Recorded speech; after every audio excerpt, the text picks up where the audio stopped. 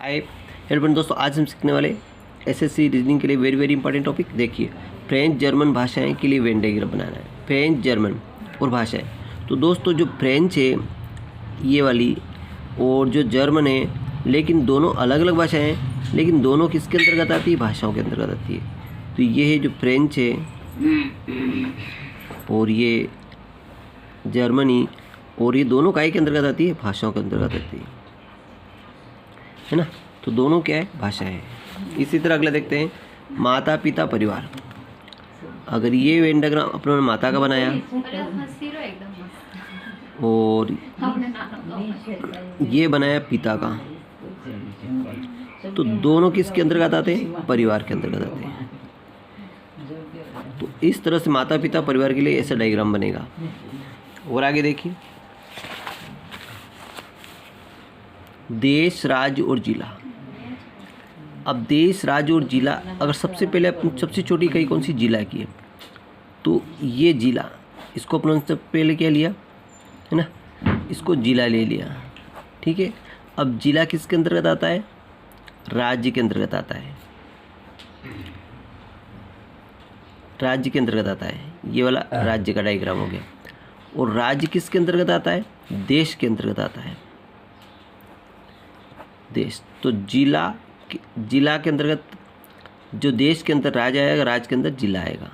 तो इस तरह की डायग्राम इसका राइट होगा। अगला है माता, महिला और शिक्षक। देखिए, ये माता है, ठीक है, और माताएं, जितनी माताएं वो महिलाएं हैं, महिला के अंतर्गत आती है ना। लेकिन इनमें से कुछ शिक्षक हो सकते हैं, माता और महिलाओं में से कुछ आधे कुछ लोग शिक्षक हो सकते हैं। तो इस तरह का डायग्राम इसमें आ सकता है।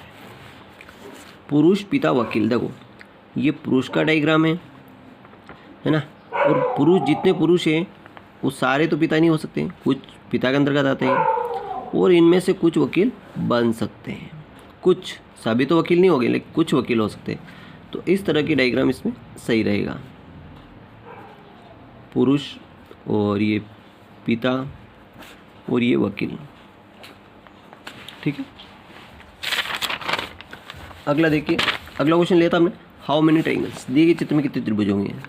तो त्रिभुज अपने बहुत से बार काउंट कर लिया है। देखिए, एक बार और काउंट कर लेते हैं। देखिए, ये आकृति, इसमें 1 2, 1 + 2 मिलके कितना होगा? 3 होगा।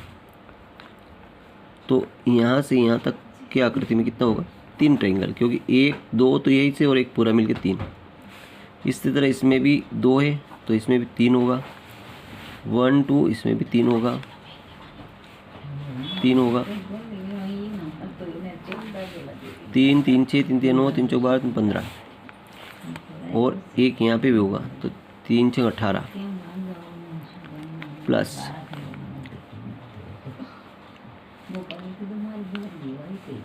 एक ये वाला होगा और एक नीचे वाला होगा, और एक ट्रायंगल ये वाला होगा और एक ट्रायंगल ये वाला होगा। 18 2 20 2 22, इसमें 22 ट्रायंगल होंगे। अब नेक्स्ट क्वेश्चन आता है अपना, विषम संख्या को पहचानिए। अब विषम का अर्थ होता है, देखो यहाँ विषम का अर्थ होता है अलग, भिन्न, अलग, है ना, विपरीत, उल्टा। एक तो सम होता है, एक विषम होता है। तो अब ये आप कहोगे तो सारी संख्या सम है, 16 भी सम है, 36 भी सम, 64 भी सम है, 100 भी सम है। तो फिर विषम कौन सी है? तो देखिए, कुछ न कुछ विषम, अलग, विषम का मतलब अलग होता है। तो कुछ न कुछ इसमें अपन एक ऐसा भिन्नता पाएंगे कि जो किसी एक में अलग है। तो देखिए, 16 में देखते हैं तो 4 का स्क्वायर है, 36 को देखेंगे तो 6 का स्क्वायर है, 64 को देखेंगे तो 8 का स्क्वायर है, 100 को देखेंगे तो 10 का स्क्वायर है। अब ये भी सभी सम संख्या का स्क्वायर है। इसमें तो कहीं अपनों को भिन्नता दिखी नहीं। ये वर्ग हो सकता है ना, लेकिन 64 एक चीज़ और है कि 4 का घन भी है। यानी इस संख्या के 8 का स्क्वायर है और 4 का घन, 2 ऑप्शन इसमें बन रहे हैं। तो इसलिए ये डिफरेंस हो सकता है।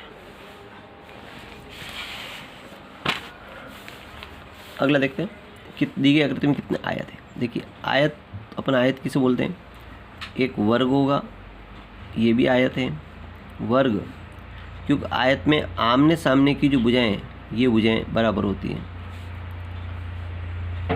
आयत में जो भुजाएं हैं ये वाली, ये इसके सामने ये वाली और इसके सामने ये वाली।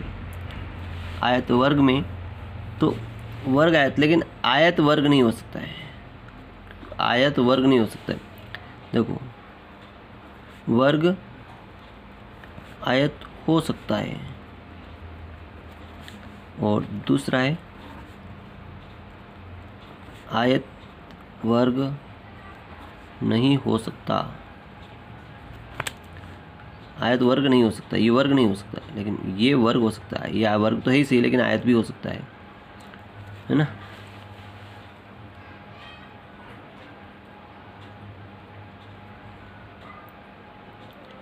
कितने आयत हैं, अब इस आयत पूछा है तो देखो एक आयत तो हो गया, 1 2 3 4 आयत तो हो गए, 4 तो हो गए। ये 1 2 गिन लिया, लेकिन ये पूरा मिलके 1 होगा, इसी तरह ये पूरा मिलके 2 होगा,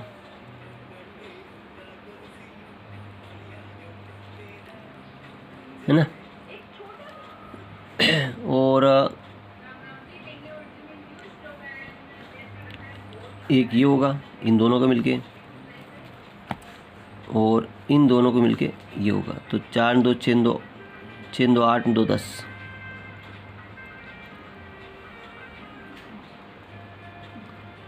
है ना।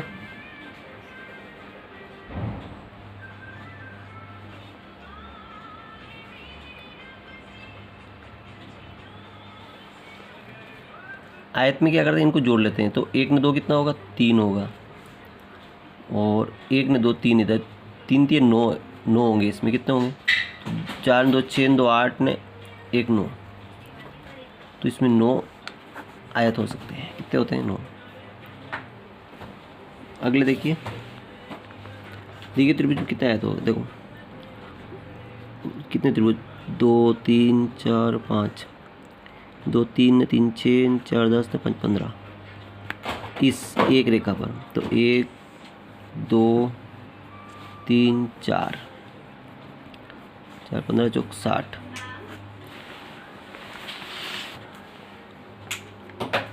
81 कैसे बने, झारखंड में हेमंत सोरेन के हलफनामे पर 5 म्हणजे आज कम कर, 5 4 में 81, आज कम कर, 5 और 4 मिलकर 81 कैसे बने। देखो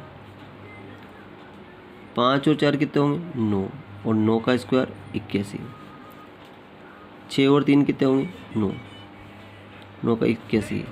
इसी तरह 12 और 13 कितने होंगे, 25, और 25 का स्क्वायर होगा 625।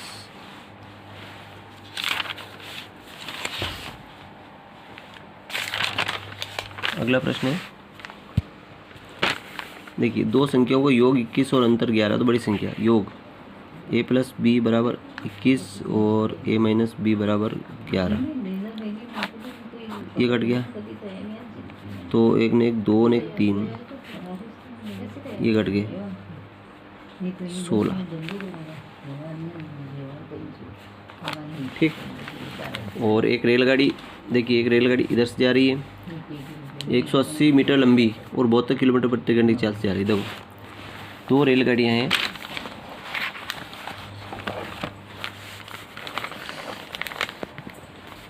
एक रेलगाड़ी इधर से जा रही है और एक इधर से आ रही है, दोनों आमने सामने से आ रही हैं, है ना। ये कह रहा है विपरीत दिशा से आ रही है। तो जो इधर इस स्थिति में क्या होगा, एक सामने सामने आती 4 प्लस, चाल प्लस होगी, तो इसकी चाल कितनी है, 72 है, 7-2, प्लस दूसरे की चाल कितनी है, 108, तो 72 और 8 80 और 180, तो चाल होगी 180 की। और कितनी देर में पार कर जाएगी, पहली 2 गाड़ी की लंबाई जोड़ेंगे, पहली गाड़ी की 180 और दूसरी की 120, तो 20 200 300, और कितने सेकंड पार करेगी, 30 सेकंड है। अब ये मीटर प्रति सेकंड है, तो इसको मीटर प्रति सेकंड बनाने के लिए, छोटी यूनिट बनाने के लिए छोटी संख्या गुणा करेंगे, यानी कि 5/18 का गुणा करेंगे। 18 का गुणा करेंगे, 18 10 आ गए, एक सिपर से एक सिपर कट गई, और 5 छंग 30, 6 सेकंड में, तो t बराबर 6 सेकंड में उसको पार कर जाएगी। Thank you.